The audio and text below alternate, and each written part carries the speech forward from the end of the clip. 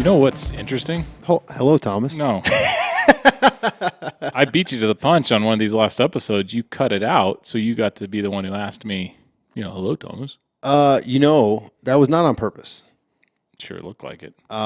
Perception is reality. Perception is reality. The last week's episode was a little heavy, and so I ended up splitting it and putting a Patreon exclusive up. So that's why, young Thomas. Sounds like I stole your thunder, and you just couldn't. I'm not. I get it. This is all you got. I'm not.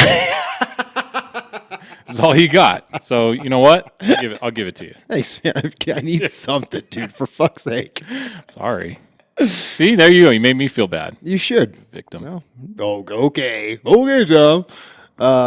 We never get to record at night. This is kind of nice. Yeah. I don't have to get up butt ass crack of dawn and get over here. Neither do I. So to come in here. Feeling pretty strong about that. Mm-hmm. Yeah, it's a real long commute for you. It is. Yeah. I just wait for you to show up, and then I'm like, okay, he's here. Is that about 30 feet? 30 long, cold feet. Yeah. We're going to go through the feed again. Send it. Okay. First one. So, when did transitional attack start coming around? I mean, that's a rhetorical question, I know. Do you know? I can tell you when it became like a big deal in my fire service career. When? Was like early-ish 2000s, that NIST study that came out. 2000s? I think so. Maybe like late. Yeah, so it really started to be like UL and NIST and Dan Majkowski. And yeah. I can't remember the other guy's name. I don't know. They both started presenting at FDIC, and it kind of gained some legs. So I first saw it at FDIC in 2014. Okay. I think they'd been doing it for a couple of years, and I think those studies, the Governor's Island study in New York, that was a big one. I'm not quite sure. I think that was the early 2010s. But anyways, right? Sure. It's been around, and then we brought it back to our department in really like 14, 15. So flow path, transitional attack. Yeah, 2014. Yeah. So, that you make a vent hole, you make it bigger, you're going to make it grow bigger. You need to have a hose line in place. Do you reset the fire? Do you push fire? All that stuff, right? Yeah. So we'll watch this video, and I don't know if the guy forcing the door has ever seen any of it. It's either that or, I don't know. You watch it, you tell me what you think. Okay. For those of you just listening, looks like we have a family. Right. We got a townhome here, and we got fire blowing out the second floor, auto exposing to the soffit. Okay. And we're waiting on Mr. Salty. Sure. You'll see why I call him Salty. Mr. Salty to get in the front door, force the door, while I would guess is a newer junior guy is sitting on a hose line waiting to go in. Okay.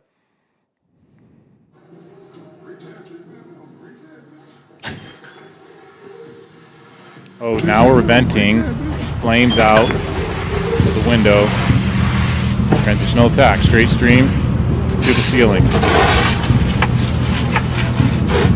Mr. Salty, who can't get in the door, turns around and goes, "Hey, what the fuck are you doing?" I mean, there's a lot to unpack here. All right, so let's start with we're waiting to get in the front door. Okay. And I'd say more times than not, some guy's just sitting there and they're not looking around. He's doing a good job. Yeah. Nobody tells him he's got to hit the fire. He hits it. Now we prevent it from hopefully becoming an attic fire and maybe spreading if it's a common attic. Now we got more units involved. He reset the fire. He did it perfectly, too. Didn't entrain air. Straight stream to the ceiling. Yeah. 10, 15 seconds until his partner said, "What the fuck are you doing?" So let's unpack the tactic first. Sure. So I think it's great. Yeah, I do too. All right, moving on. No.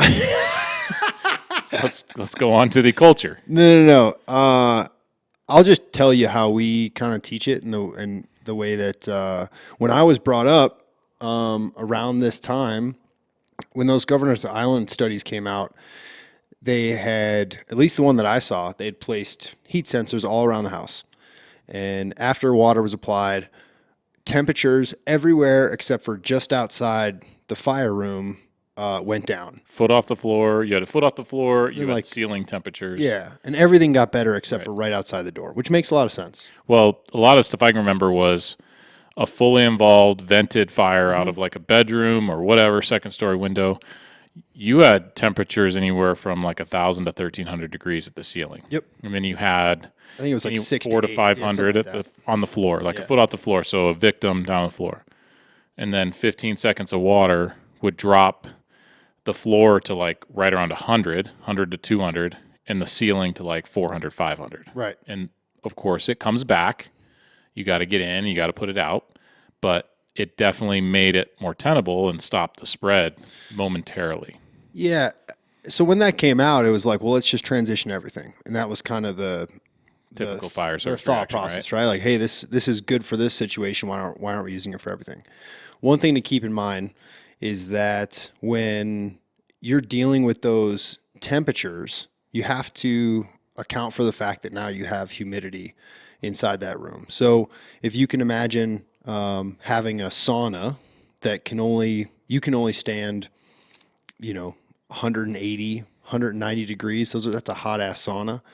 Where if you go into a steam room, you'd kill everybody if you brought that up to that temperature, based on the fact that that heat is more like you're going to feel it a whole lot more with a whole lot less heat when you have moisture. So those studies didn't necessarily account for that. I think they did touch on whether or not, I remember talking about this, and no one ever just died from a steam burn. Yeah. Right. So that was kind of like where a lot of people landed on. But you can tell, like, you go into a good fire, when you start flowing water, it feels a little bit worse before it feels better. And you're bringing the thermal balance or thermal layering down, like all that stuff. Yep. But it's not a perfect tactic in all situations. So how we teach it is that the 2 times that we're going to do a transition is you're having access issues and the fire's getting worse, or it's auto exposing to the soffit or second floor. If it's not in those 2 instances, in this case, we would meet both those. This is 100% a legit reason and time to do a transitional.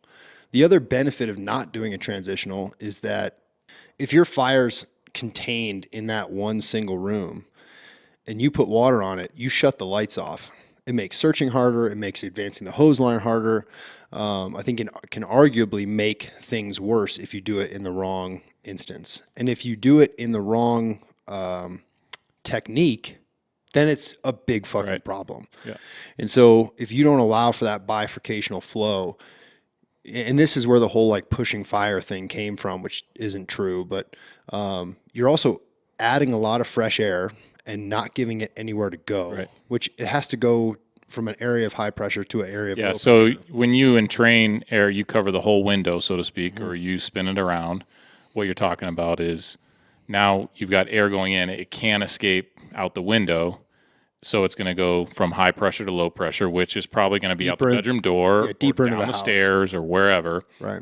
Which appears to be pushing fire, but it's just the natural movement of fire when it's going to go to the lowest pressure area. Yeah, I mean, it's just the goal of this transitional attack, in my opinion, is to take your hose line and make a sprinkler in the middle of the room and allow that water to map its way down the walls, cool the space, and provide an exit for all the bad shit to go on. Right. So in that video, perfect execution. And I think like he was even patient to see, I don't need to do it right. Right. I had a charged line. I could have put water in that window, but now we're venting. We're exposing the soffit. This is going to be a bigger fire. Perfect. Yeah, and we're just Monday morning quarterback. We weren't there, but it looks like this guy was pissed off because he didn't know what the fuck he was doing at the door.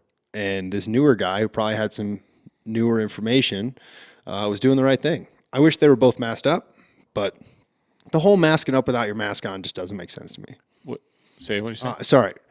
Forcing the door without a mask on doesn't make sense because to why force the door when you can't go in right away? Right. Let's say that you have a rescue to make right off the jump street, you're probably not going to take the time to then mask up, and you're probably going to do something stupid like go in there and hold your breath. That's a good and point. It's just, I don't get it.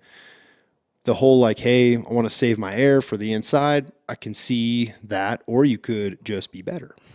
Yeah. And you got a buddy. So you're on the scene. Yeah. Okay. You're the guy in the hose line. Yeah. How are you handling that 2 years on, and how are you handling it right now in your career?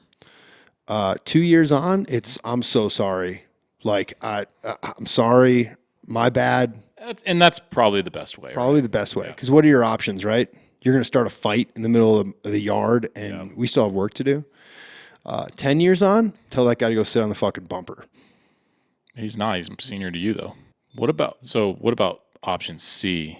The minute that door opens, hit him with the right inch through and the stream, 3/4. he gets down, and you're going in right on top of him. That's a way. Sorry, man, it just went off. Or like, hey, what the fuck you doing? And then move it. Yeah, pretend like you tripped. Yeah. Turn the nozzle off late. It's bad. It's bad. Thanks for tuning into The Standard Issue. Get exclusive content and support the show through our Patreon. You can find the link through the-standard.us. While you're there, check out our premium gear and links to our sponsors. Don't forget to subscribe, share, and leave a review. Till next time.